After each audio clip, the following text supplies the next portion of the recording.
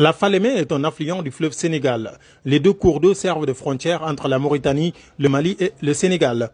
Des orpailleurs se sont installés sur le long de la Falémé pour y extraire du métal précieux. Les chercheurs d'or ont déversé des produits chimiques qui ont causé des dégâts écologiques.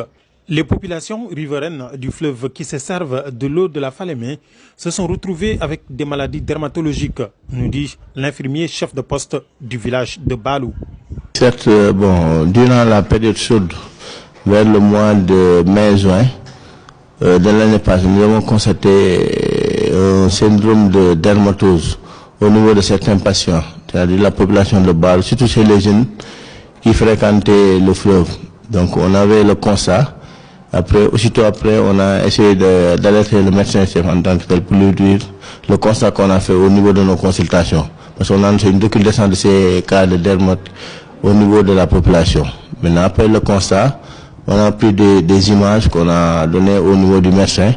Mais aussi, après ça aussi, on a essayé de remonter l'information au niveau du sous-préfet aussi. Avec aussi l'appui du maire de Balou, quoi. Ici, le poste est tellement fréquenté par la population malienne.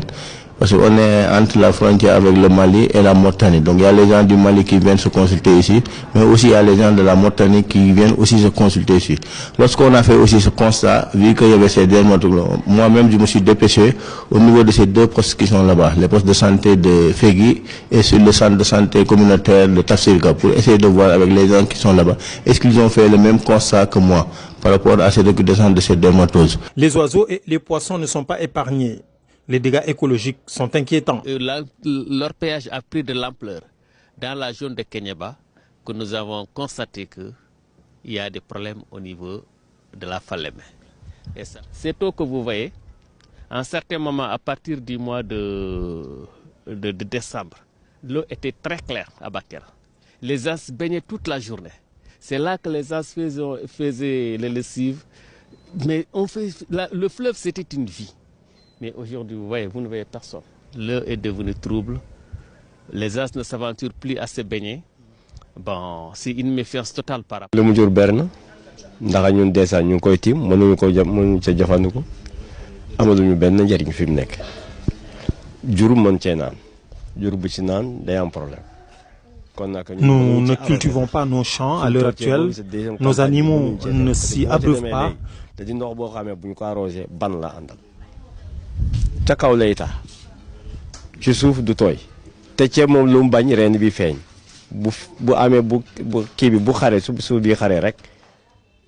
Les eaux du fleuve ne nous servent absolument rien du tout. Et tout ceci est dû aux orpailleurs, comme vous le savez. Donc nous sommes là, impuissants, devant un tel phénomène. buñ sañoon ndox bi jógee fi li ko fiy jëlee moo ñu gënal. Nous avons fait analyser un échantillon de cette eau par un laboratoire qui nous a révélé la présence de plusieurs métaux lourds, dont du mercure, du cyanure, du cadmium et du plomb. Le chef de la brigade des eaux fluviales sénégalais pointe du doigt les frontières, car les orpailleurs sont flexibles d'un pays à l'autre et on ne peut pas les traquer chez le voisin, nous dit Nouhandiaye. Su fekkee tamit ñun Sénégal ñun dañuy def suñu warugar Mali deful warugaram loolu dafay xaw. La police sénégalaise, la gendarmerie ont l'habitude de traquer les orpailleurs. Mais vous savez, s'ils se réfugient de l'autre côté du fleuve, c'est-à-dire au Mali, et que la partie malienne ne fait pas son travail comme il le faut, nous sommes vraiment confrontés à d'énormes difficultés, car nous n'avons pas le droit d'intervenir sur le territoire étranger. Mais dina Sénégal mënuñuy jógee Sénégal dem Mali naan fu mu ne nii léegi dañ leen di xeex foofu. Dakar, Sidi Babi et d'autres villes sont alimentées en eau potable à partir du fleuve ou de ses affluents. Mais les autorités des différents pays semblent ignorer le phénomène.